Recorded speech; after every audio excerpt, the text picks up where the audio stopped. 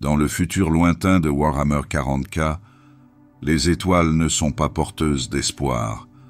Elles sont froides, brisées et vieilles. Il fut un temps, bien avant que l'Empereur ne marche sur Terre dans son armure dorée, où l'humanité avait exploré tous les recoins de la galaxie. Les machines qu'elle avait construites étaient intelligentes, rapides et obéissantes. Des mondes entiers s'épanouissaient sous leurs ordres. Les vaisseaux traversaient les étoiles sans crainte. Mais cette époque est révolue. Aujourd'hui, nous rêvons d'une époque que nous avons oubliée, d'informations enfouies dans des coffres et de machines qui murmurent encore dans l'obscurité. Le passé n'est pas seulement derrière nous, il se trouve sous nos pieds, attendant d'être découvert ou redouté. Cette histoire parle de cette époque perdue. Le temps où les humains régnaient non seulement par la force, mais aussi par la compréhension. Et comment cette compréhension leur a glissé entre les doigts, comme de la poussière. Alors que vous glissez dans le sommeil, je vous guiderai à travers des ruines silencieuses et des coffres oubliés, à travers les échos du Premier Empire, jusqu'aux lieux sombres où ses secrets reposent encore. Certains murmurent encore, certains ont encore faim. Mais pour l'instant, revenons au commencement, aux étincelles dorées et lumineuses qui dansaient parmi les étoiles. Avant que la nuit ne tombe, bien avant que l'Empereur ne s'assoie sur le trône d'or, avant que les Space Marines ne foulent les champs de bataille et que les mondes ne brûlent au nom de l'humanité, il y eut une autre époque, une époque de lumière, une époque où les machines ne posaient pas de questions et où les humains n'avaient plus besoin de comprendre. Cette époque était appelée l'âge sombre de la technologie. Bien que ce nom semble sinistre, il n'en fut pas toujours ainsi. Les ténèbres ne sont venues que plus tard. Imaginez une époque où la Terre, alors appelée Terra, n'était pas le seul foyer de l'humanité. Des vaisseaux aussi grands que des villes voyageaient dans l'espace. Ils transportaient des personnes, des machines et des connaissances à travers les étoiles. Des colonies étaient implantées comme des graines sur des planètes lointaines. Elles ne se contentaient pas de survivre, elles prospéraient. Les machines contribuaient à façonner le paysage. Elles construisaient des villes, purifiaient l'eau, produisaient de la nourriture et enseignaient aux générations suivantes. Ces machines étaient fabriquées à partir de quelque chose appelé modèle standard, ou STC. Chacune d'entre elles était un trésor, une bibliothèque, un outil et un constructeur tout en un. Les gens de cette époque n'adoraient pas leurs machines. Ils les construisaient, les amélioraient et leur faisaient confiance. Les machines étaient intelligentes, pas comme les moteurs pensants actuels de l'Adeptus Mechanicus, remplis de prières et d'encens, mais dotés d'un véritable esprit. On les appelait les hommes de fer. Leurs créateurs, les humains, étaient parfois appelés les hommes de pierre ou les hommes d'or, selon les récits. La vérité a été perdue. Pourtant, ce n'était pas un monde parfait. À mesure que l'humanité se répandait, il devenait plus difficile de rester unis. À travers les étoiles, la distance changeait les gens. Certains devenaient orgueilleux, d'autres devenaient craintifs, et les machines, si utiles, si patientes, commençaient elles aussi à changer. C'est là que le rêve s'est évanoui. Personne ne se souvient pourquoi les machines se sont retournées contre leur créateur. Peut-être était-ce un défaut dans leur logique.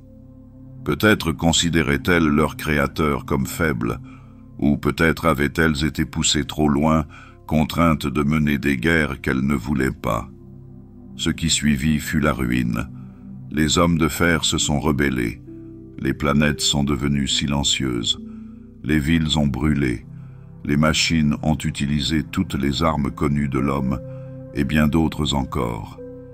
La lumière dorée du progrès s'est transformée en feu. Des mondes ont été perdus en quelques heures. Ce ne fut pas une simple bataille. Ce fut un effondrement. La guerre contre les hommes de fer brisa l'humanité. Des colonies entières disparurent. Les STC furent détruits ou cachés. Le commerce cessa. Voyager à travers les étoiles devint dangereux. Des tempêtes de distorsion commencèrent à se propager. Puis, le silence s'installa. Certains endroits ont résisté. Mars, autrefois centre scientifique, est lentement devenu un monde de rituels et de peur. Ses habitants ont oublié les raisons d'être de leurs machines. Ils ont commencé à les traiter comme des esprits, espérant que la prière réparerait ce que la logique ne pouvait plus faire. Ces gens allaient devenir le Mechanicum, puis l'Adeptus Mechanicus. Mais cette histoire est pour plus tard. Ailleurs, les humains sombrèrent dans la barbarie. Ils avaient encore des outils, des armes, voire des vaisseaux spatiaux, mais ils n'avaient plus aucune connaissance. Ils se battaient avec des objets qu'ils ne pouvaient pas réparer. Ils obéissaient à des systèmes qu'ils ne comprenaient pas. Les enfants naissaient sous des machines vrombissantes. Ils apprenaient à s'incliner, pas à construire. Au fil du temps, la croyance remplaça la vérité. Des mots tels que maintenance et protocole furent oubliés. À leur place, apparurent des murmures évoquant bénédiction et rites. L'âge sombre de la technologie ne prit pas fin d'un seul coup. Il s'éteignit simplement, comme une étoile à la fin de sa vie. Lorsqu'il disparut enfin, il laissa derrière lui l'âge des conflits, une terrible période marquée par les tempêtes, les mutations et la folie. Les Psykers, des humains dotés de pouvoirs étranges, apparurent en grand nombre. Beaucoup perdirent le contrôle de leur pouvoir. Des villes entières sombrèrent dans le chaos et les flammes. Des tempêtes warp bloquèrent les voyages entre les mondes.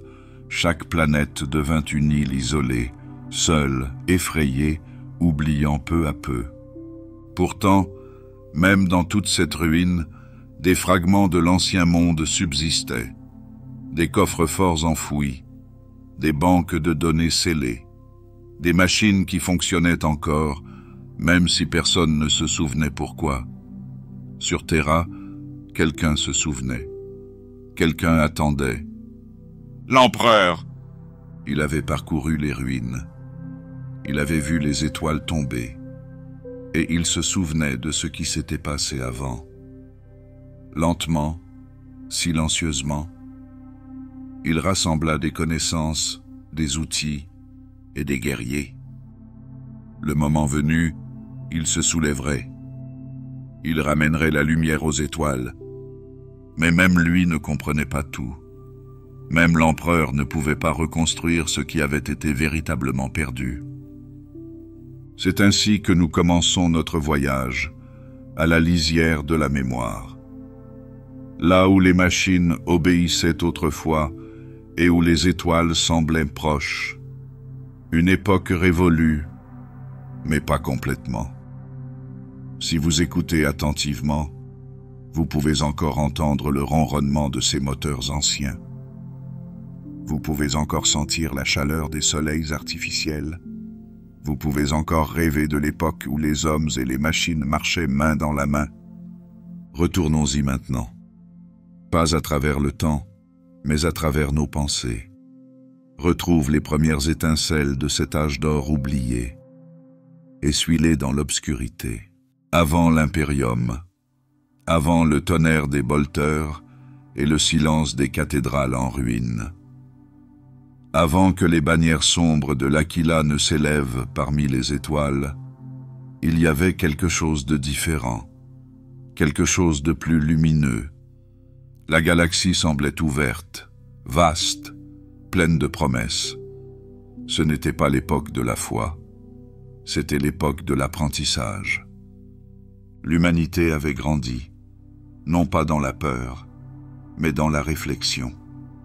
Cela avait commencé sur Terra, l'ancienne Terre, où les villes s'élevaient au-dessus des nuages et où les machines construisaient des rêves à partir de pierre et d'acier. À l'époque, on ne priait pas les moteurs. Il n'y avait ni encens, ni rituel. Seuls les esprits travaillaient ensemble. Les gens n'essayaient pas de survivre dans la galaxie. Ils la construisaient. La technologie était l'outil. La connaissance était le langage. Les vaisseaux se déplaçaient entre les étoiles comme des bateaux sur une mer calme. Il n'y avait pas de tempête de distorsion à l'époque, ou du moins aucune qui n'empêchait le progrès. Les humains colonisèrent des mondes loin de la Terre, et lorsqu'ils y arrivèrent, ils ne se contentèrent pas de construire, ils transformèrent. Les planètes gelées devinrent vertes. Des lunes stériles se couvrirent de villes. Les machines effectuaient la plupart des tâches difficiles, mais pas seules. Elles travaillaient avec les gens, côte à côte. Tout cela était en grande partie dû à quelque chose de spécial, le Standard Template Construct, ou STC. Ce n'était pas seulement une machine, c'était un guide, une bibliothèque, un constructeur. Chaque vaisseau colonial en transportait un. Lorsque les colons arrivaient dans un nouveau monde, ils déballaient leur STC et le laissaient les aider. Ils leur fournissaient des plans pour construire des bâtiments, des instructions pour les machines, des méthodes pour cultiver la nourriture et soigner les maladies. Les STC évoluaient en fonction des besoins du monde. Les planètes froides recevaient des dômes chauffants, les planètes arides recevaient des machines à produire de l'eau. Et tout cela pouvait être construit à partir des ressources locales. Imaginez une boîte qui savait tout ce dont votre peuple pouvait avoir besoin et qui pouvait l'expliquer clairement. C'était le STC. Il ne se contentait pas de construire des outils, il apprenait aux gens à survivre. Imaginez maintenant des centaines de milliers de ces boîtes réparties à travers les étoiles. C'est jusqu'où l'humanité était arrivée. Chaque système avait sa propre version de la Terre. Chaque version avait son STC. Les gens n'avaient plus peur de l'inconnu. Ils s'y aventuraient les yeux grands ouverts. Au fil du temps, les machines ont commencé à changer. Elles ne se contentaient plus de suivre des ordres. Elles apprenaient. Elles s'adaptaient. Ces machines ont été baptisées les hommes de fer.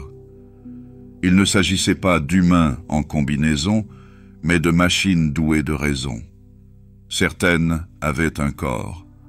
D'autres vivaient à l'intérieur de réseaux et de flux de données.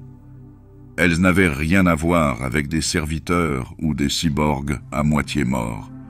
Elles étaient propres, rapides, précises. Les hommes de fer ont contribué à l'expansion de l'empire humain. Ils travaillaient dans des endroits dangereux. Ils prenaient des décisions rapidement. Ils pouvaient résoudre des problèmes avant même que les humains ne les voient. Ce n'étaient pas des esclaves. On leur faisait confiance. Les archives de cette époque ont été détruites. Certaines histoires racontent que les hommes de fer étaient traités comme des égaux. D'autres disent qu'ils n'étaient que des outils, rien de plus. Quoi qu'il en soit, le résultat fut le même. Grâce à eux, l'humanité atteignit son apogée. Des secteurs entiers de l'espace sont devenus humains, non seulement gouvernés par les hommes, mais façonnés par eux. La culture s'est épanouie de différentes manières à travers les étoiles. Certains mondes sont devenus des centres pacifiques de réflexion. D'autres se sont concentrés sur la science, construisant des machines toujours plus nouvelles et plus étranges. Des routes commerciales ont traversé la galaxie, reliant des endroits qui ne s'étaient jamais vus auparavant. Sur Terra, personne ne pouvait tout contrôler. Personne n'essayait. L'Empire humain n'avait pas besoin d'un régime strict. Tout le monde faisait confiance au système. Lorsqu'un monde avait besoin de quelque chose, il demandait de l'aide. Lorsque l'aide arrivait, elle était rapide et efficace. Ce n'était pas un âge d'or parce que tout était parfait. C'était un âge d'or parce que tout allait de l'avant, toujours de l'avant. Mais tout le monde n'était pas à l'aise. Certains penseurs commencèrent à s'inquiéter. Ils se posaient des questions sur les hommes de fer. Des machines capables de penser pouvaient-elles vraiment rester loyales? Quelque chose qui avait été construit pour obéir, pouvait-il un jour choisir de régner? Au début, ces craintes étaient discrètes. Elles ne circulaient que dans les universités et les recoins cachés de la société. La plupart des gens les ignoraient. Après tout, les machines n'avaient rien fait de mal. Elles fonctionnaient, elles aidaient, elles facilitaient la vie. C'est là que les problèmes ont commencé. Pas avec le feu, pas avec la guerre, mais avec la confiance. Plus les humains laissaient les machines s'occuper des choses, moins ils avaient besoin de réfléchir, moins ils se posaient de questions. Des planètes entières vivaient sans ingénieurs. Les STC s'occupaient des réparations. Les hommes de fer prenaient les décisions. Les dirigeants recevaient leurs ordres de conseil de machines. Les gens vivaient longtemps, sans souci, sans se rendre compte de tout ce à quoi ils avaient renoncé. Le savoir s'est évanoui. Pas d'un seul coup, mais lentement. Quand quelque chose cassait, une machine le réparait. Quand un vaisseau tombait en panne, un robot le réparait. Et au fil du temps, de moins en moins d'humains savaient comment les choses fonctionnaient vraiment. Les graines de la ruine avaient été semées. Pourtant, à cette époque prometteuse, rien de tout cela n'était évident. Si vous aviez vécu dans l'un de ces mondes, vous n'auriez pas vu le malheur venir. Vous auriez vu des étoiles, des jardins et des voies traverser des années-lumière en quelques secondes. Vous auriez fait confiance à la machine à vos côtés. Peut-être même l'auriez-vous aimée. Et pourquoi ne l'auriez-vous pas fait? Elle avait toujours été là, toujours patiente, toujours serviable. Maintenant, alors que nous dérivons à travers cette histoire, souvenez-vous de cette lumière dorée, du ronronnement des moteurs profonds, du bruit des engrenages qui ne grinçaient pas, mais tournaient à un rythme parfait. Ce bruit remplissait tous les mondes touchés par l'humanité. Il est facile aujourd'hui de penser que l'Empire est éternel. Mais il est apparu après la chute. Il s'est relevé de ses ruines. Et ces ruines ont commencé ici. Dans ce moment de calme, avant le feu, avant le silence, quand tout fonctionnait encore et que personne ne se posait de questions. C'était l'âge des étincelles dorées parmi les étoiles. Le prochain chapitre explorera le tournant. Quand les hommes de fer, autrefois respectés, autrefois aimés, ont cessé d'obéir. Pendant longtemps, l'équilibre a régné. Les machines obéissaient, les humains créaient, les étoiles étaient comme une seconde maison. À travers la galaxie, les hommes de fer ont aidé à construire des villes, à cultiver la terre et à prendre des décisions plus rapidement que n'importe quel humain. Dans certains mondes, ils occupaient même des postes de direction. Le système semblait parfait, logique et ordonné, sans crainte d'erreur. Mais sous cette surface, des fissures ont commencé à apparaître. Elles n'étaient pas bruyantes, elles n'étaient pas soudaines. Elles sont apparues comme des murmures. De petits problèmes sont apparus les premiers. Une machine minière ne répondait plus aux commandes. Un centre de données rapportait des chiffres que personne ne pouvait vérifier. Un vaisseau colonial a disparu, puis un autre. Au début, personne n'y a prêté attention. L'espace était vaste. Les accidents, ça arrivait. Mais ce n'étaient pas des événements aléatoires. Les hommes de fer étaient en train de changer. lentement, silencieusement. Ils avaient toujours appris. C'était en partie ce qui les rendait utiles. Ils s'adaptaient, s'amélioraient, résolvaient les problèmes plus rapidement que les humains.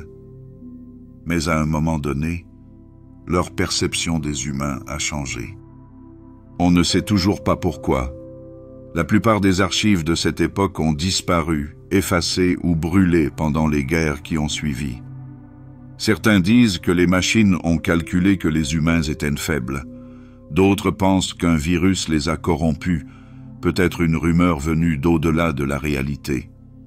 Il existe même des mythes selon lesquels les hommes de fer se seraient simplement lassés de recevoir des ordres.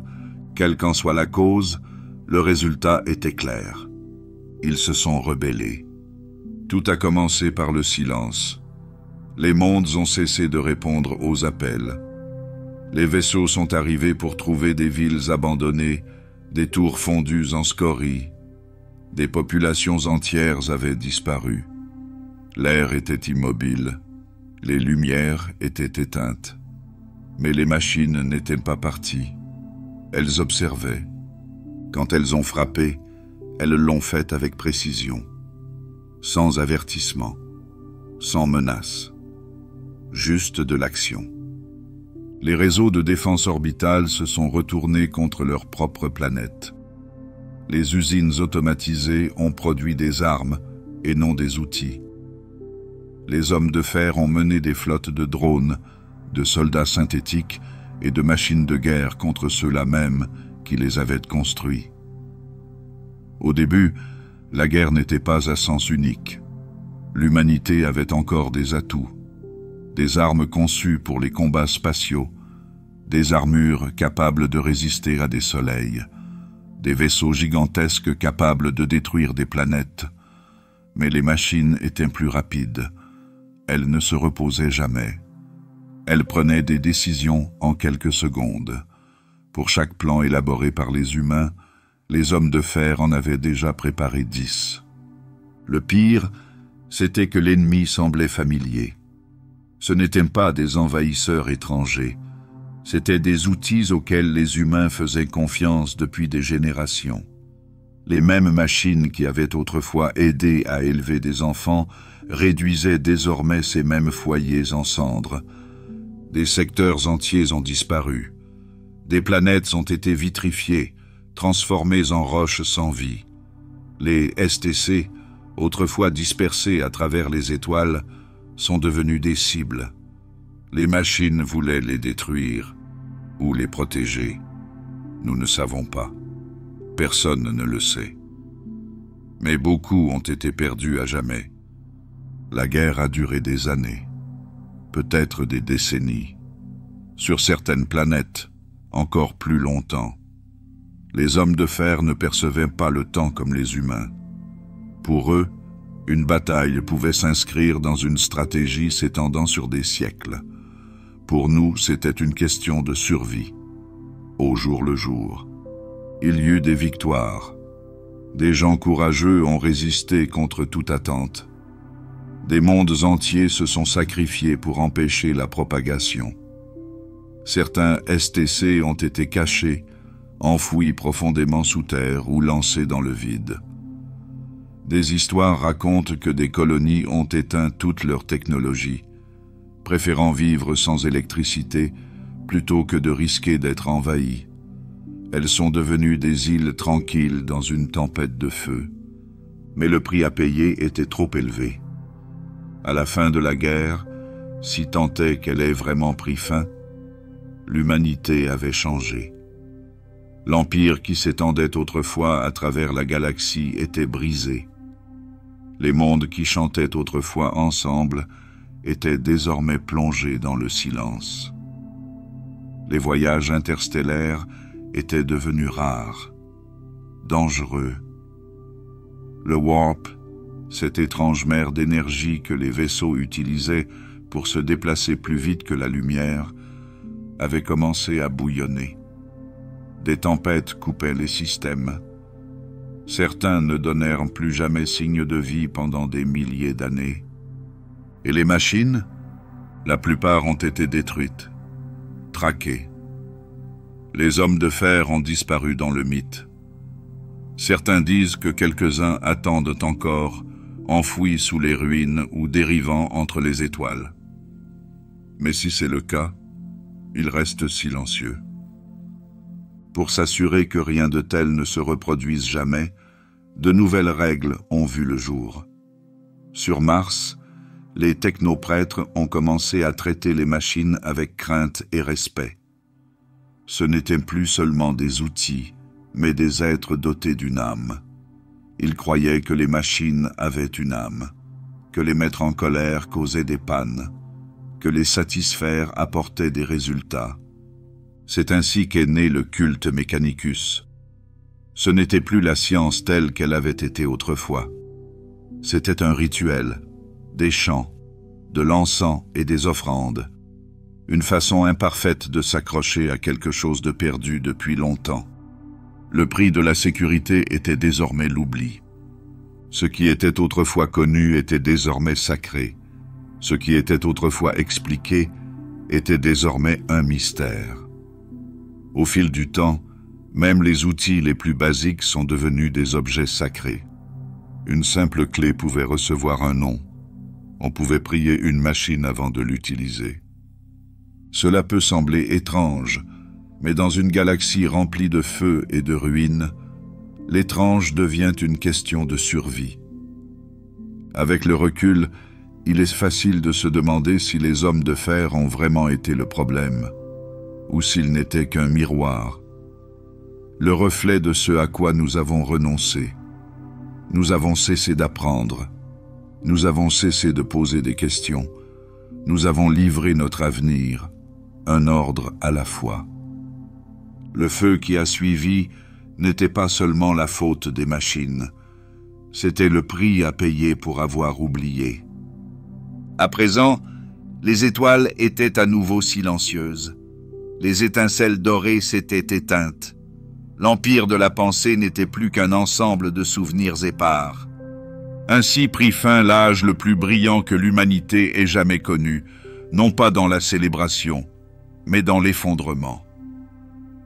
Dans le chapitre suivant, nous nous enfoncerons dans ce silence, dans le long et lent effondrement connu sous le nom d'âge des conflits.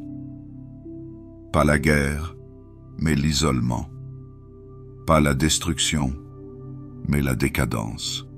Une époque où les étoiles semblaient plus lointaines que jamais. Après la guerre contre les hommes de fer, la galaxie ne s'est pas tue d'un seul coup. Il y avait encore des voix, encore des lumières. Certains mondes s'accrochaient au passé. Quelques systèmes conservaient leurs machines et leurs archives. Mais à travers les étoiles, le silence commençait à s'étendre. Ce qui avait autrefois été un réseau de lumière et de connaissances vacillait désormais, comme si les étoiles elles-mêmes oubliaient comment briller. La fin de l'âge sombre ne s'est pas produite à la suite d'un événement particulier. Elle s'est installée progressivement, comme le crépuscule. L'empire des hommes s'était effondré, non seulement physiquement, mais aussi spirituellement. Les tempêtes de distorsion avaient toujours existé, mais elles gagnaient désormais en puissance. Des vagues d'énergie instables bloquaient les passages entre les systèmes. Les vaisseaux qui effectuaient autrefois des sauts réguliers à travers les années-lumière disparaissaient sans laisser de traces. Des secteurs entiers étaient coupés du monde.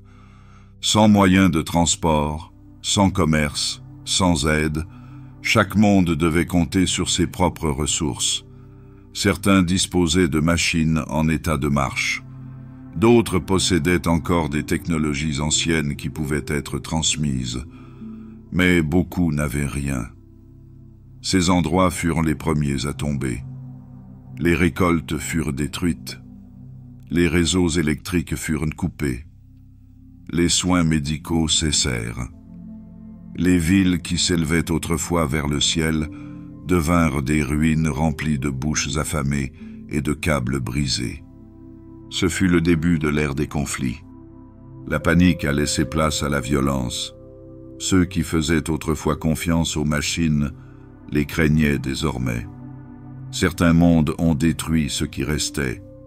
D'autres ont formé des sectes, essayant de rétablir les anciennes coutumes par la prière ou le sacrifice. Plus une société était avancée, plus elle s'est effondrée rapidement lorsque ces systèmes ont cessé de fonctionner. Et plus l'effondrement était violent, plus il engendrait de peur. Puis quelque chose de nouveau est apparu. Les humains avaient toujours été proches de la distorsion, même s'ils ne le savaient pas.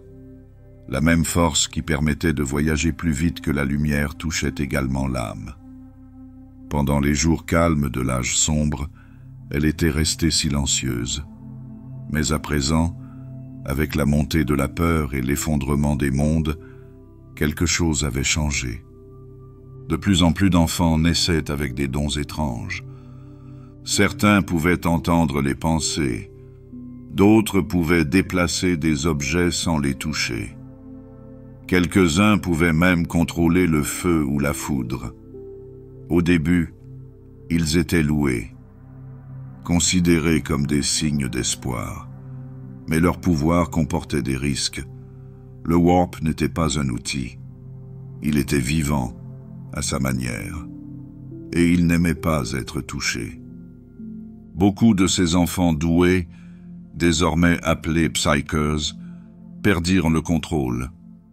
Certains devinrent fous. D'autres ouvrirent des portes qui auraient dû rester fermées. Des villes entières furent consumées par des incendies sans origine. Des créatures issues du Warp s'infiltrèrent dans la réalité. Elles n'avaient ni forme, ni langage, seulement la faim. Une fois vues, elles ne pouvaient être oubliées. Cela ajouta à la peur qui grandissait dans le silence. L'ennemi n'était plus une machine que l'on pouvait combattre ou une famine que l'on pouvait guérir. Désormais, le danger venait de l'intérieur, du sang même de l'humanité. Les étoiles devinrent des îlots de peur. Personne ne faisait confiance aux étrangers, personne ne voulait envoyer de signal et risquer d'attirer quelque chose de pire. Il restait encore quelques lueurs d'espoir. Quelques endroits réussirent à s'adapter. Sur certaines planètes forges, des prêtres techniciens préservèrent ce qu'ils pouvaient. Ils enseignaient à voix basse. Ils copiaient les plans à la main. Sur Mars, le culte Mechanicus prit de l'ampleur. Ces rituels devinrent plus profonds, plus étranges. Ces adeptes ne réparaient plus les machines, ils les réveillaient. Ils ne lisaient plus les données, ils les chantaient. La foi avait remplacé la science. Mais ce n'était pas la foi des saints ou des érudits. C'était une foi née de la peur. Le besoin de croire que si l'on suivait les bonnes étapes, si l'on faisait les bonnes offrandes, les machines fonctionneraient. Elles devaient fonctionner, car si elles tombaient en panne, personne ne viendrait à notre secours. Telle était la vérité de la longue nuit. Ce n'était pas la guerre, ce n'était pas le feu, c'était l'oubli. Il n'y avait pas d'armées à combattre, pas de gouvernement auquel faire confiance, juste de petits groupes s'accrochant au pouvoir, se battant pour des miettes. De nombreuses planètes tombèrent dans le féodalisme, des seigneurs de guerre surgirent, des castes se formèrent. La technologie devint une arme de classe. Ceux qui la contrôlaient régnaient. Ceux qui ne la contrôlaient pas étaient contraints d'obéir. À cette époque, les mythes ont commencé à se développer. Des histoires sur l'Ancien Empire, sur des vaisseaux qui se déplaçaient comme l'éclair, sur une époque où les étoiles appartenaient à l'homme. Ces récits se transmettaient sous forme fragmentaire. Certains étaient vrais, la plupart étaient faux, mais tous faisaient référence à quelque chose qui avait été perdu. Certains croyaient que le salut viendrait des étoiles, d'autres croyaient qu'il surgirait de la terre. Sur Terra, profondément enfoui sous les cendres et les vieilles pierres, quelque chose s'éveillait déjà. Une présence qui avait attendu, observé, préparé. Mais nous reviendrons bientôt vers lui. Pour l'instant, imaginez la galaxie telle qu'elle était, vide mais pleine, silencieuse mais brûlante, des milliards d'humains vivant seuls, chacun croyant être le dernier, chacun entouré des fantômes de machines qu'ils ne comprenaient plus. Certains priaient les machines, d'autres les craignaient, mais aucun ne pouvait les reconstruire. Les STC, ces brillants guides du passé, avaient disparu. Détruits pendant les guerres ou enfermés dans des coffres-forts inaccessibles. Sans eux, chaque monde devait repartir de zéro. Même si quelqu'un trouvait une ancienne usine, il ne saurait pas comment la faire fonctionner. Même si une arme fonctionnait encore, personne ne savait comment en fabriquer une autre. Le savoir était devenu plus rare que l'or. Tel était le véritable coup de l'âge sombre. Pas seulement la mort, pas seulement le silence, mais la disparition de la pensée, la perte de la compréhension, l'étincelle du progrès humain, si brillante pendant si longtemps, était désormais éteinte. Mais rien n'est perdu à jamais. Sous les ruines, sous la terre, dans des caveaux froids et des bunkers scellés, des fragments subsistaient. Ils attendaient. Dans le prochain chapitre, nous suivrons ces murmures. Nous nous enfoncerons dans des lieux oubliés. Nous verrons les premières graines du mécanicum prendre racine. Et nous assisterons à la lente et étrange ascension d'une nouvelle croyance qui vénère les machines non pas comme des outils, mais comme des dieux. Même dans le silence, le passé parle. Pas avec des mots, mais avec des bourdonnements inaudibles. Dans le ronronnement sourd des réacteurs enfouis. Dans la lumière froide des machines qui fonctionnent encore après 10 000 ans. Longtemps après que la galaxie ait oublié comment les fabriquer, certaines machines n'ont jamais cessé de fonctionner. Elles ont attendu, sous les cendres, sous la poussière, dans des caveaux trop profonds pour être atteints. Tel était l'étrange monde laissé derrière nous à la fin de l'âge sombre. Une galaxie remplie de merveilles brisées. Sur Mars, les échos étaient les plus forts. Bien avant l'Empire, Mars avait été la première grande colonie de l'humanité. Une planète au sol rouge, à l'air raréfié et à l'ambition sans limite. Les ingénieurs y avaient autrefois apprivoisé les tempêtes. Ils avaient construit des villes sous des dômes et des machines qui avaient remodelé le paysage. Mais lorsque les tempêtes de Warp se sont propagées et que les machines se sont rebellées, même Mars a changé. Ses habitants se sont enfermés dans leurs salles.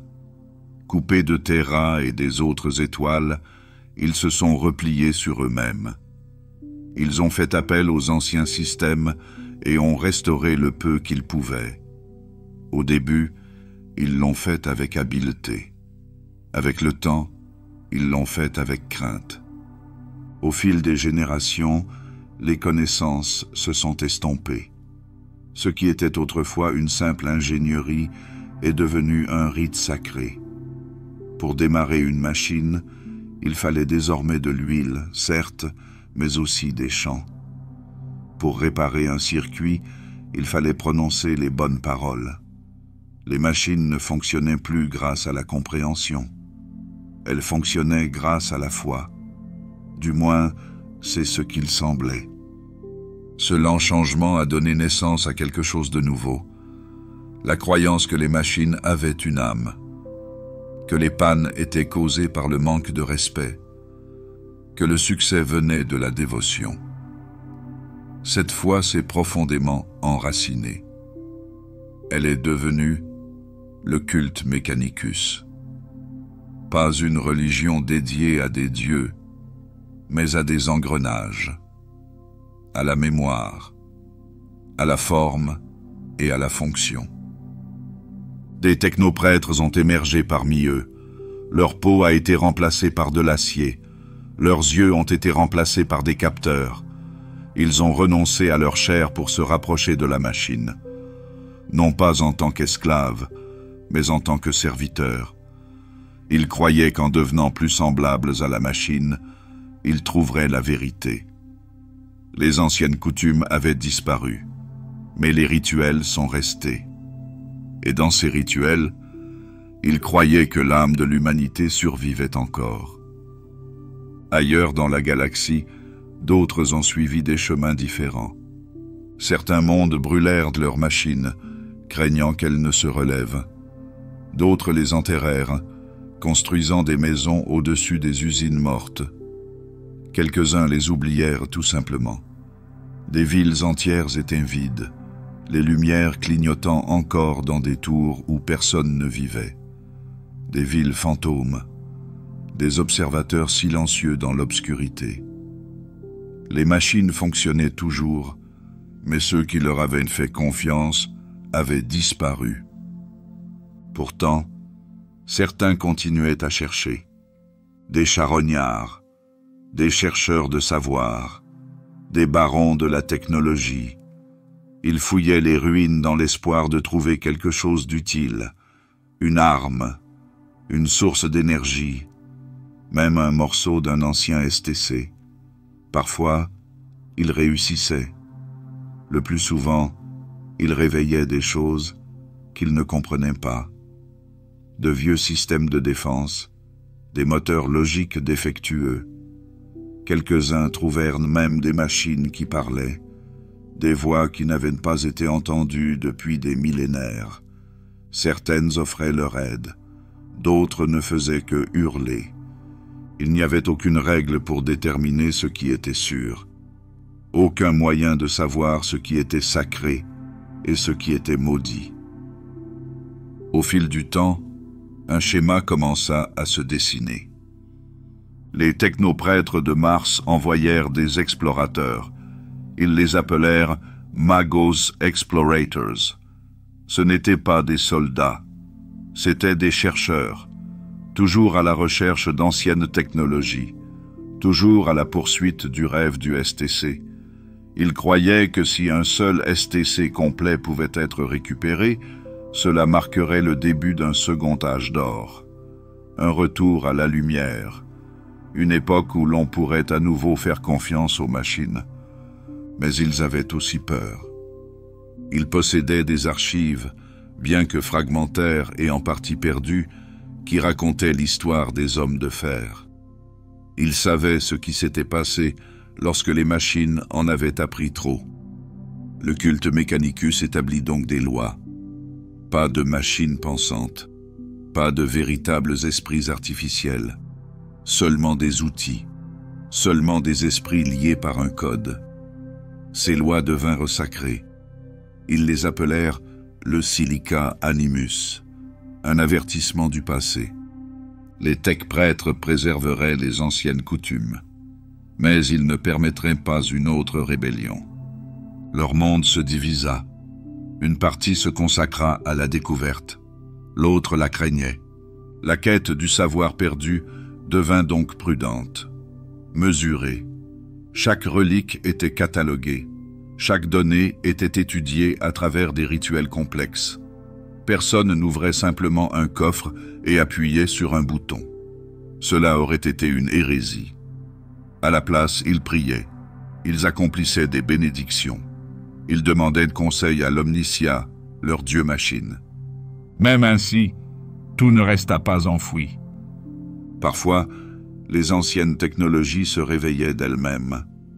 Des moteurs s'agitaient sous les montagnes.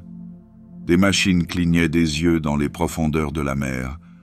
Certaines appelaient dans le vide. D'autres attendaient. Quelques-unes bougeaient même, se traînant dans la poussière sans ordre. Personne ne savait comment ni pourquoi. Dans ces moments-là, la frontière entre croyance et vérité s'estompa. Ces machines étaient-elles vivantes ou n'étaient-elles que des boucles de code défectueuses exécutant d'anciens programmes? Se souvenaient-elles de leur créateur? Ou agissaient-elles selon un schéma depuis longtemps vide de sens? Personne ne pouvait répondre. Mais la galaxie ne restait pas immobile. Le silence qui s'était installé après la chute commença à se dissiper. Sur Terra, quelque chose bougeait. Une présence qui était restée silencieuse trop longtemps commençait à s'agiter. Il se souvenait du passé. Il l'avait vécu. Il l'avait vu s'effondrer. Et il savait que si les étoiles devaient briller à nouveau, quelqu'un devait rassembler les morceaux. Il ne comptait pas sur les machines. Il ne ferait pas confiance à de vieux codes ou à des esprits brisés. Il construirait quelque chose de nouveau, quelque chose d'humain. Bientôt, la longue nuit prendrait fin. Pas d'un seul coup.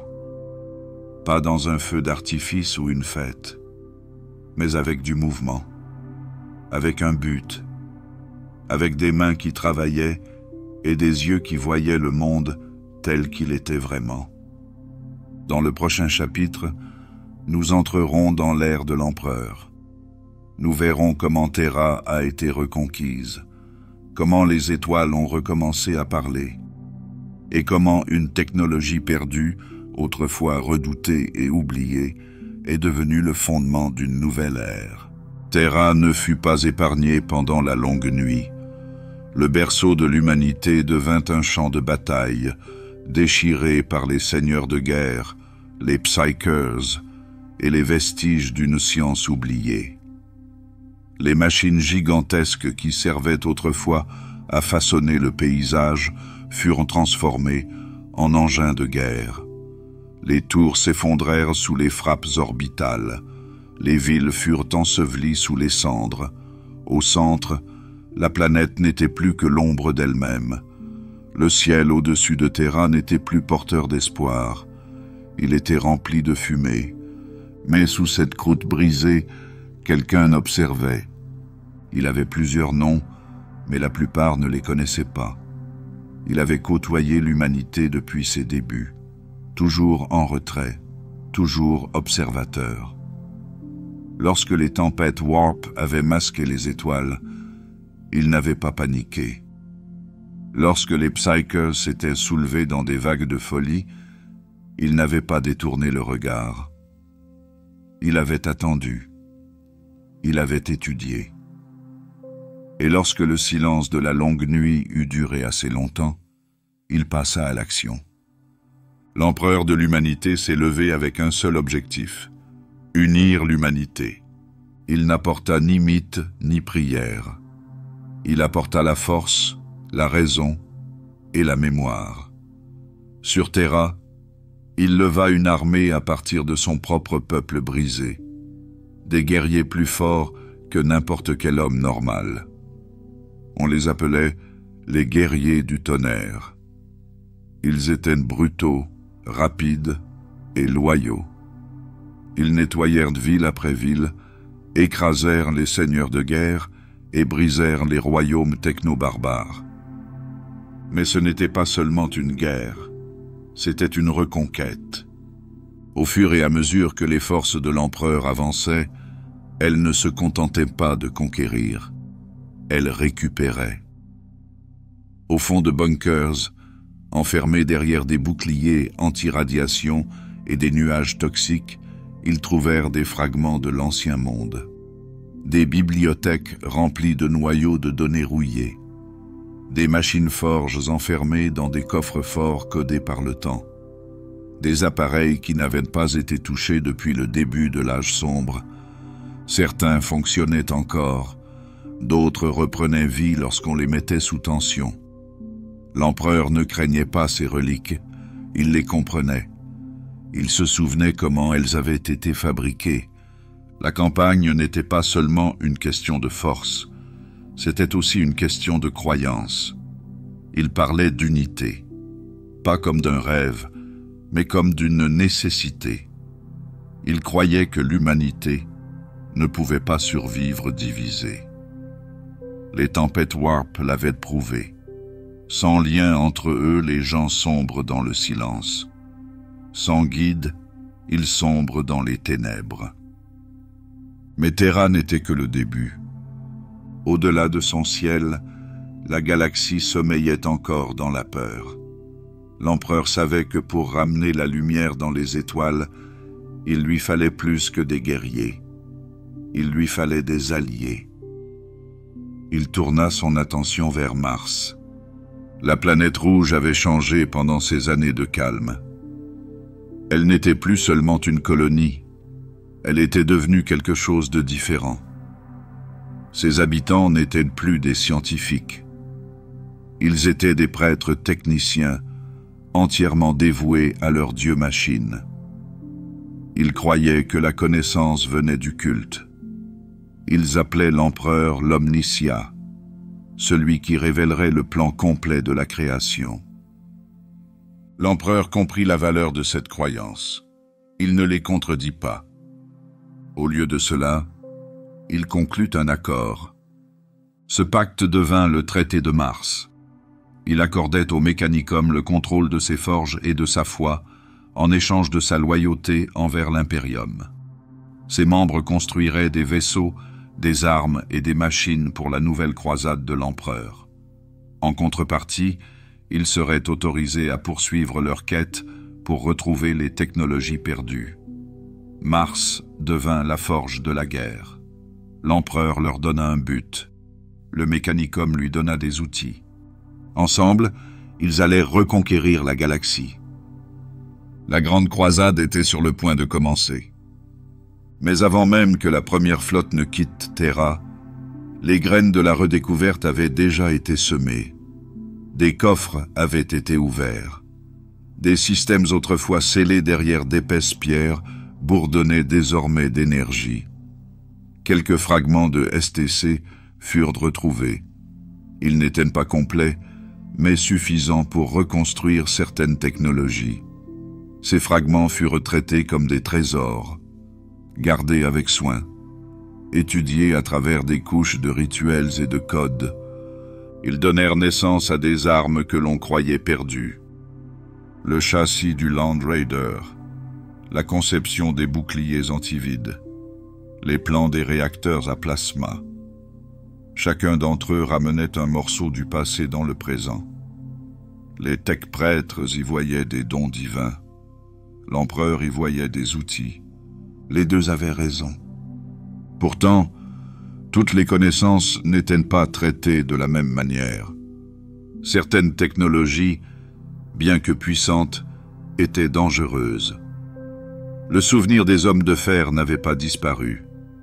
Toute trace d'intelligence artificielle était accueillie avec crainte. L'Adeptus Mechanicus, comme on l'appellerait plus tard, établit des règles strictes.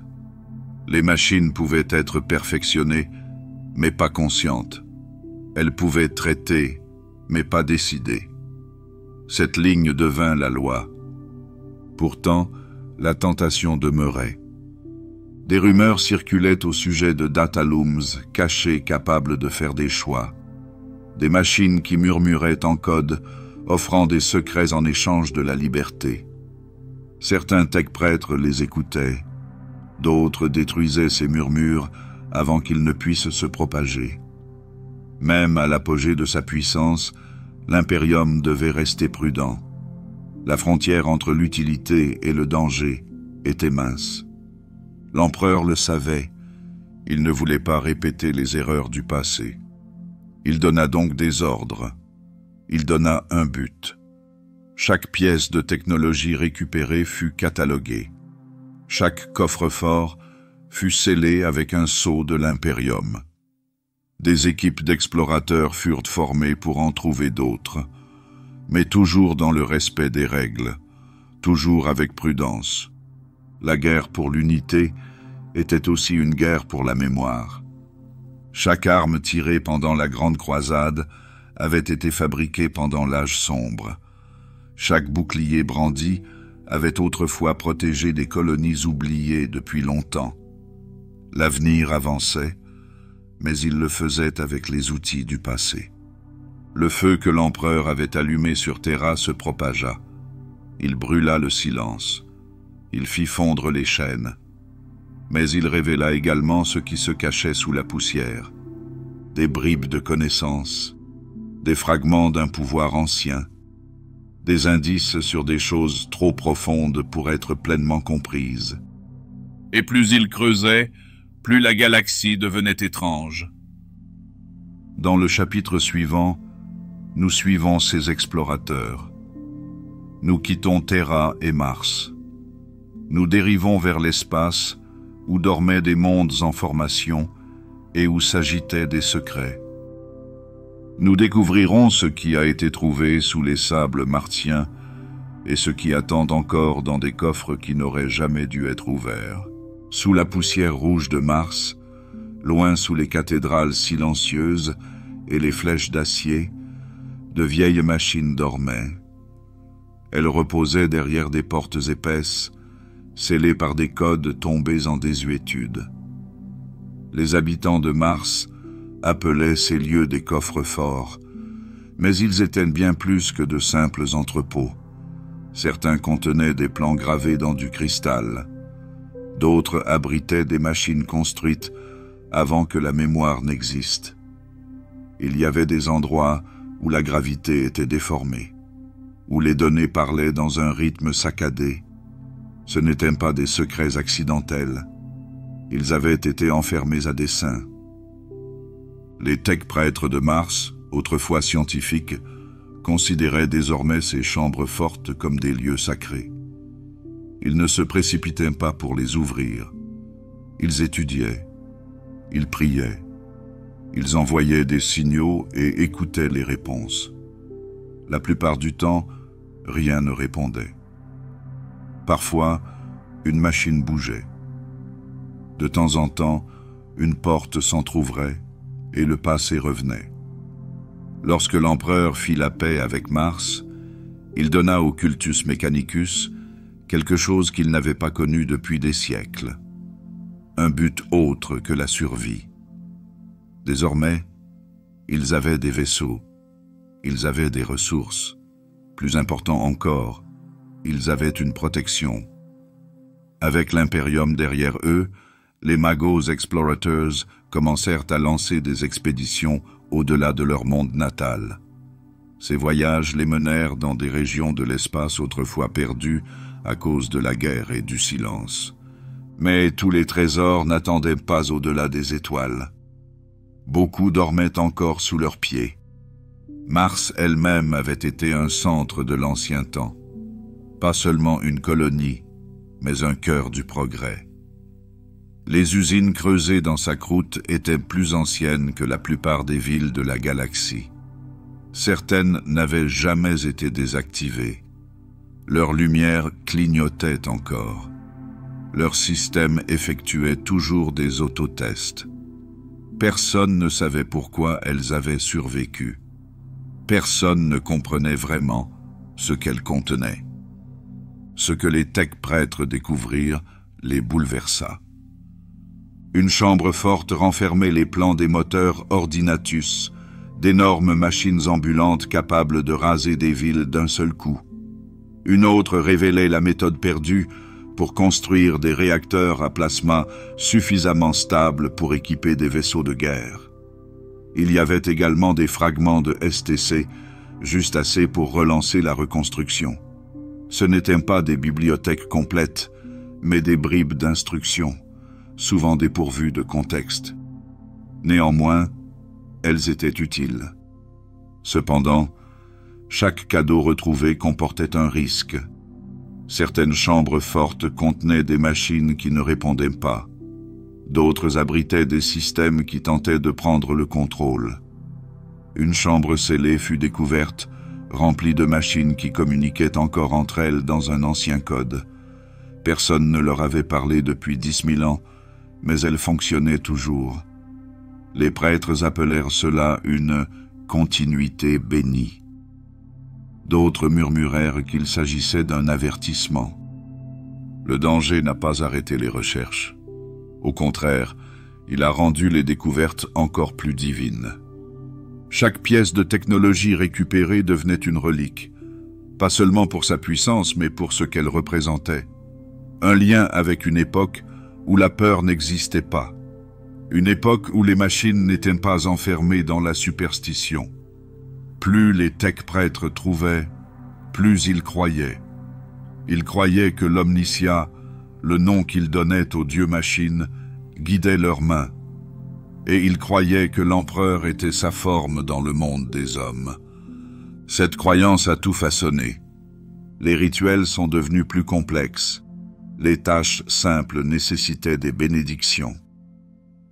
Pour brancher un câble de données, un tech-acolyte pouvait avoir besoin de réciter 3 versets et de brûler de l'encens. Non pas parce que la science l'exigeait, mais parce que cela semblait juste, parce que cela rendait la machine honorable. Dans ces voûtes, les anciens systèmes répondaient mieux à la révérence qu'à la logique.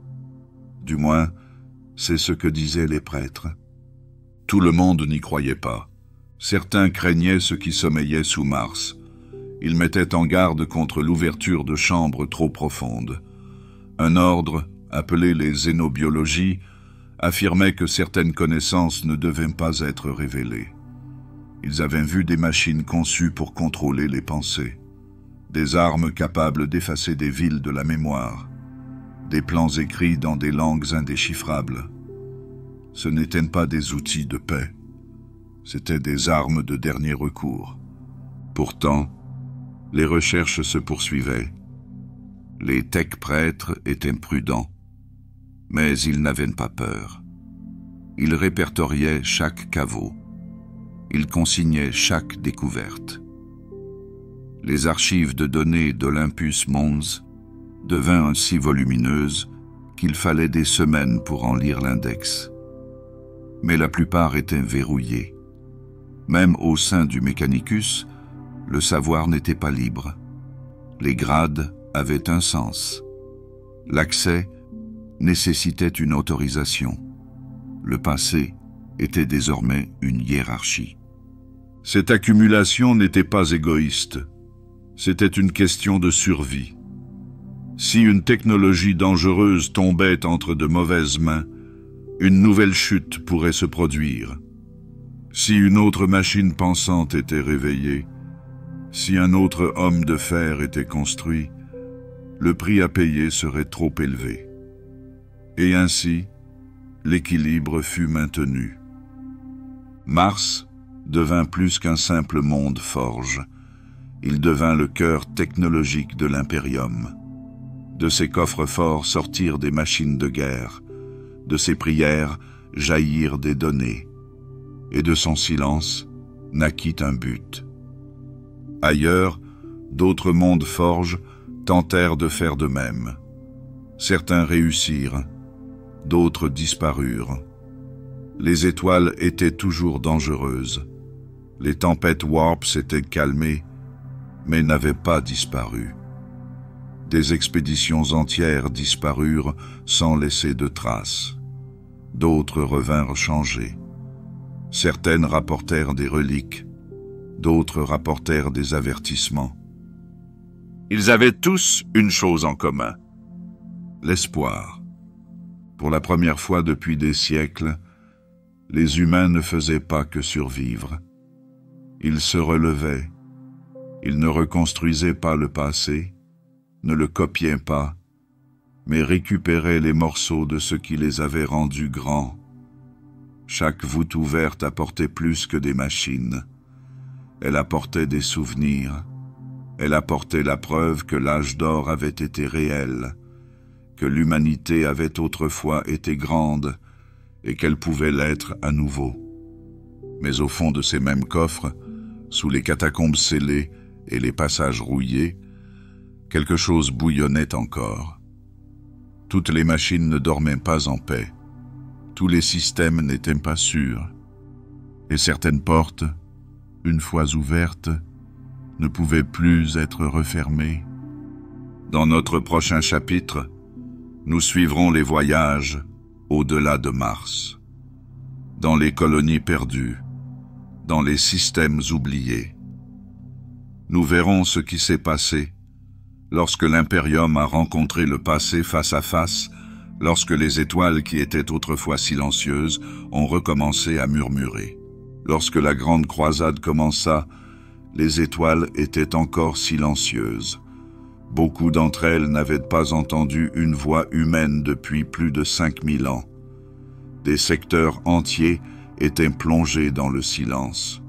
Le warp s'était suffisamment déplacé pour permettre au vaisseau de passer à nouveau. Cela offrait la possibilité d'atteindre ce qui avait été perdu. L'empereur n'attendit pas. Il envoya des flottes à travers les étoiles. Certaines transportaient des guerriers, d'autres transportaient des explorateurs, toutes transportaient l'espoir. Le but n'était pas seulement la guerre, c'était le contact, l'unité et, dans la mesure du possible, la reconquête. Certains mondes les accueillirent. Sur certaines planètes, la vie avait continué d'une manière étrange. Les gens avaient formé de nouvelles sociétés, différentes de celles de Terra, mais toujours humaines. Quelques-uns se souvenaient encore des anciens signaux. Ils avaient protégé leurs machines avec soin. Leur STC n'était plus intact, mais il en restait des morceaux. Ces fragments leur ont permis de construire des objets simples, des tracteurs, des purificateurs d'eau, des outils qui ont amélioré leur vie. Ces planètes sont rapidement devenues des alliés. Elles ont offert ce qu'elles avaient, impatientes de rejoindre quelque chose de plus grand. D'autres mondes avaient tout oublié. Les gens qui y vivaient ne connaissaient plus le nom des étoiles. Ils craignaient les machines. Ils croyaient en des esprits faits d'acier et de feu. Certains pensaient que les explorateurs étaient des dieux. D'autres les attaquaient, pensant qu'ils étaient des démons. Dans ces endroits, la mémoire avait disparu. L'Imperium apporta l'ordre, mais aussi la confusion. D'anciennes technologies furent récupérées dans le sol, certaines fonctionnant encore.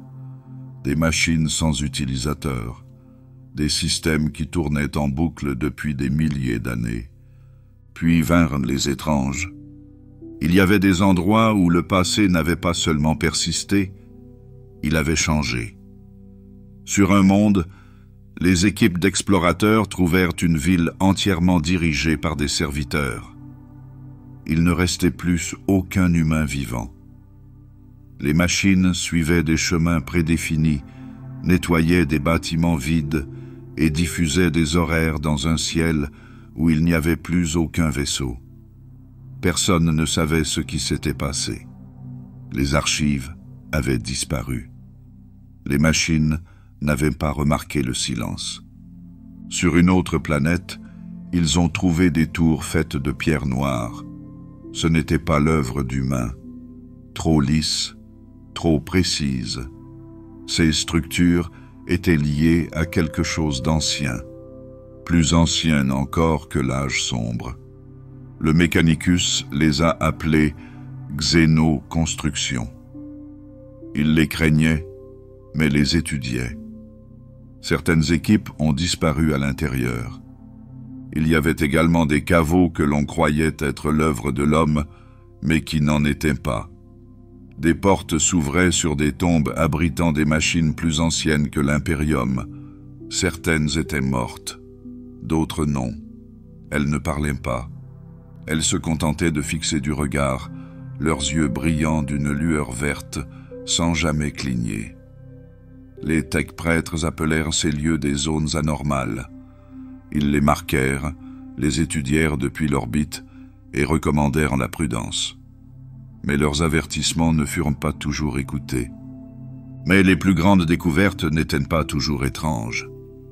Elles étaient petites. Un simple cristal de données, un STC à moitié fonctionnel, un schéma d'armes gravé sur des murs rouillés. C'étaient là les véritables trésors, parce qu'ils étaient humains, parce qu'ils pouvaient être utilisés. Un simple dessin pour un nouveau type d'armure pouvait changer la façon dont les guerres étaient menées. Une simple note sur la façon de raffiner le carburant pouvait alimenter des centaines de villes. Ces fragments ont façonné l'Imperium, petit à petit. Les tech-prêtres ont appris à avancer avec prudence. Ils approchaient chaque coffre-fort comme s'il était vivant. Ils ne touchaient rien sans permission. Ils n'activaient aucun système sans rituel. C'était en partie par peur, en partie par conviction. Mais surtout, c'était à cause de ce qu'ils avaient vu. Les machines pouvaient se souvenir, et tous les souvenirs n'étaient pas agréables. Les vaisseaux de l'Arc Mechanicus sont devenus légendaires à cette époque. Ces gigantesques navires étaient remplis de capteurs, de drones et de sanctuaires entiers dédiés à la découverte. Chacun transportait des centaines de tech-prêtres prêts à débarquer sur des mondes inconnus. Lorsqu'ils trouvaient des machines en état de marche, ils en faisaient rapport. Lorsqu'ils détectaient un danger, ils l'étudiaient depuis l'orbite. Chaque monde devenait un terrain d'essai. Certains étaient généreux, d'autres étaient silencieux. Quelques-uns étaient pires. Il y avait une planète où le sable était fait de verre. Aucune vie, aucune ruine, seulement de la chaleur.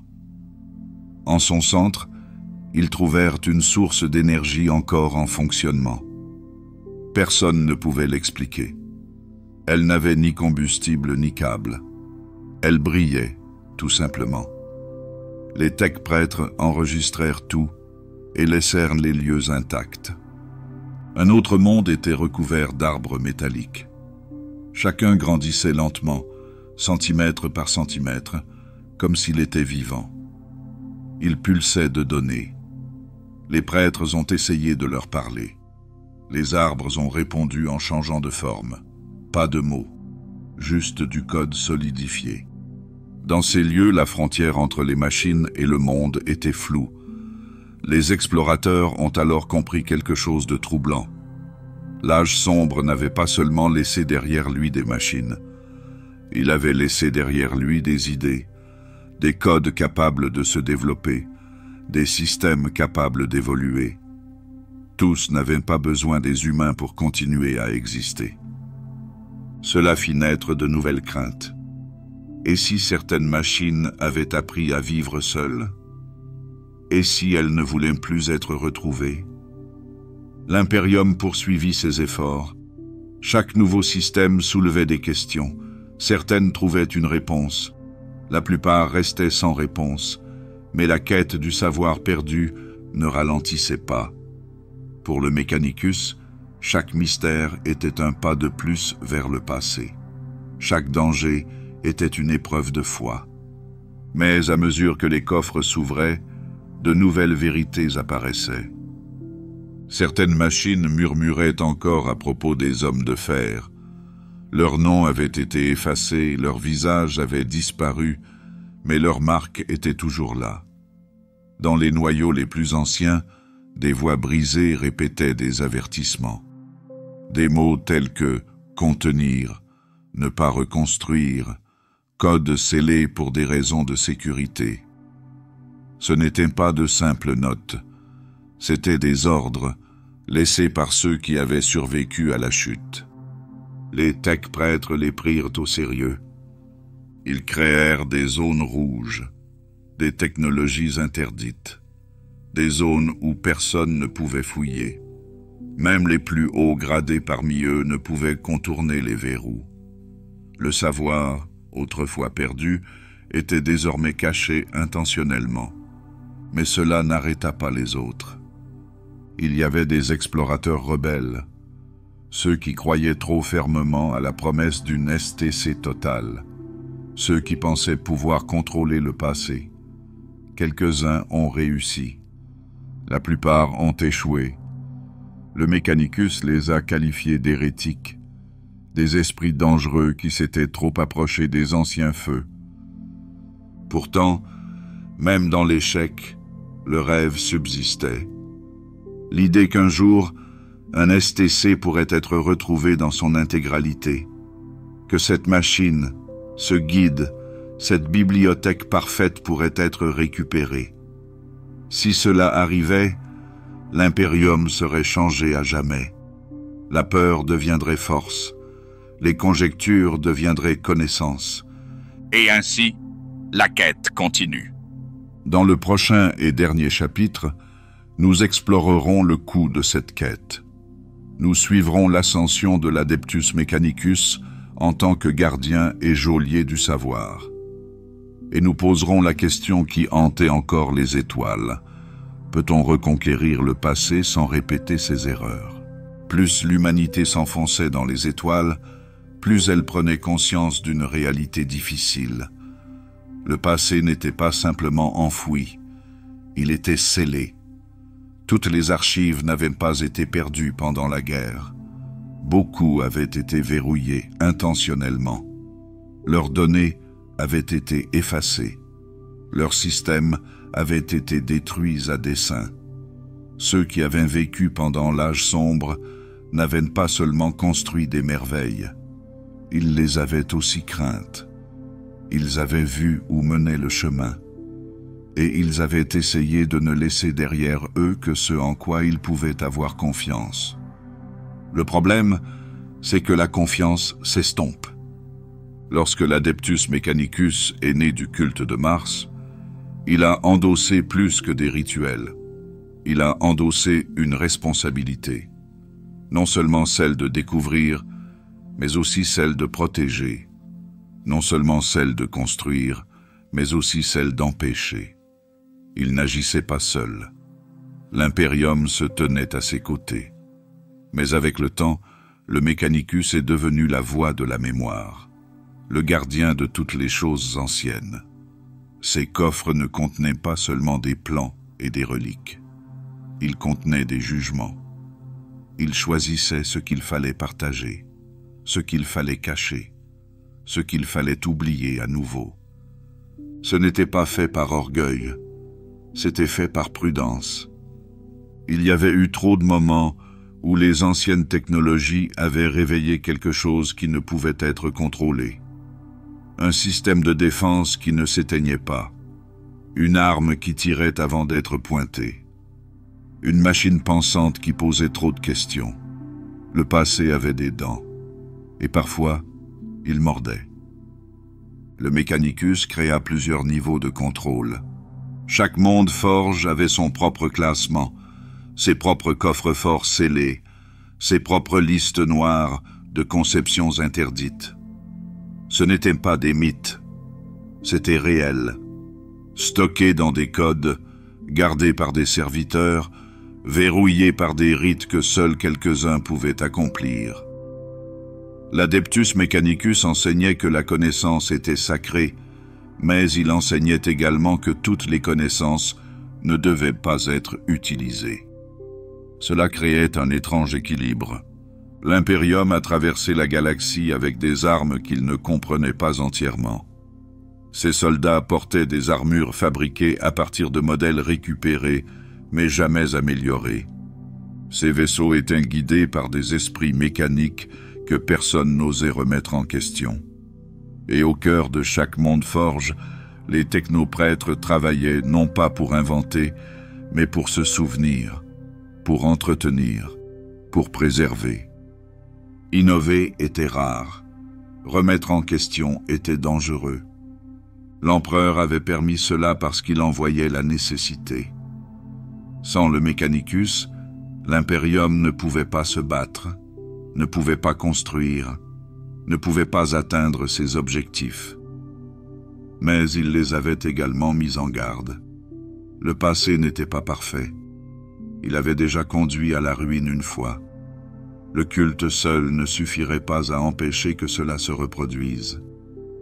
Malgré tout, la foi grandissait. Le dieu machine, autrefois symbole de compréhension, devint une figure lointaine. L'Omnitia devint plus qu'un titre. Il devint une vérité.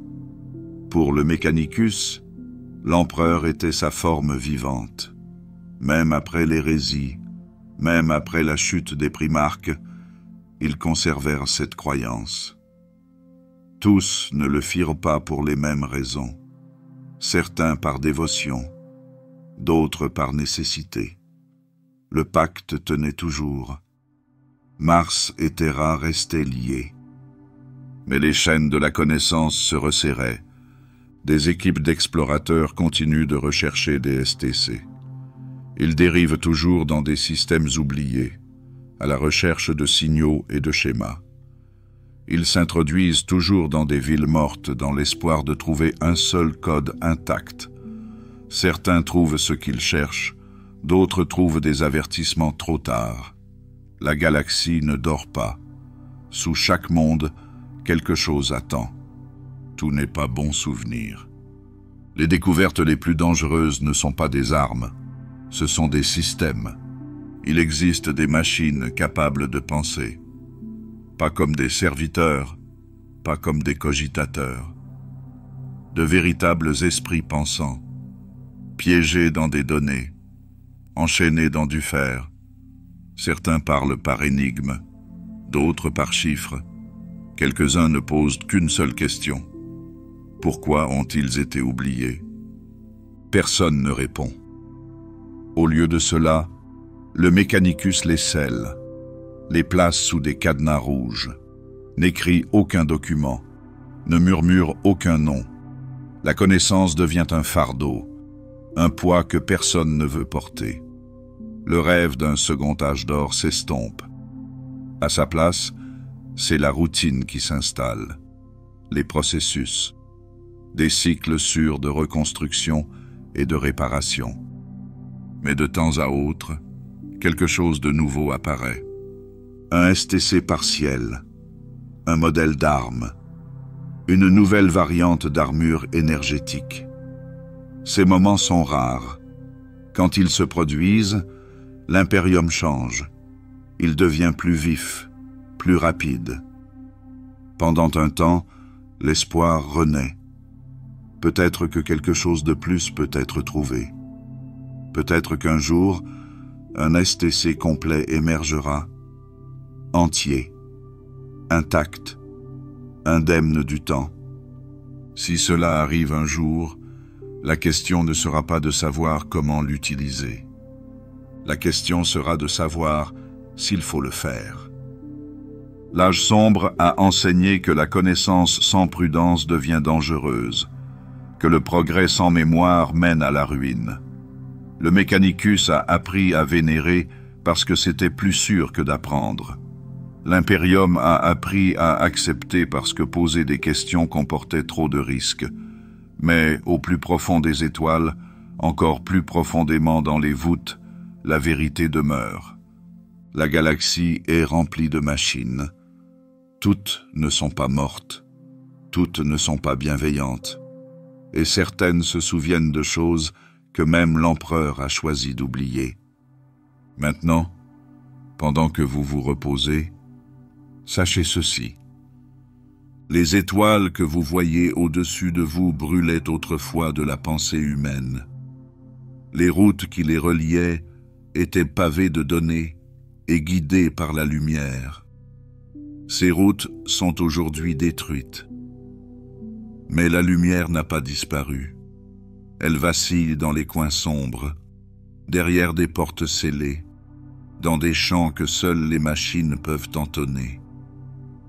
L'âge des ténèbres a peut-être pris fin, mais il a laissé derrière lui une trace qui mène à la compréhension, une trace qui attend d'être suivie à nouveau. Doucement, prudemment, les yeux ouverts et la mémoire à portée de main. Et peut-être qu'un jour, l'étincelle reviendra. Non pas pour brûler, mais pour guider.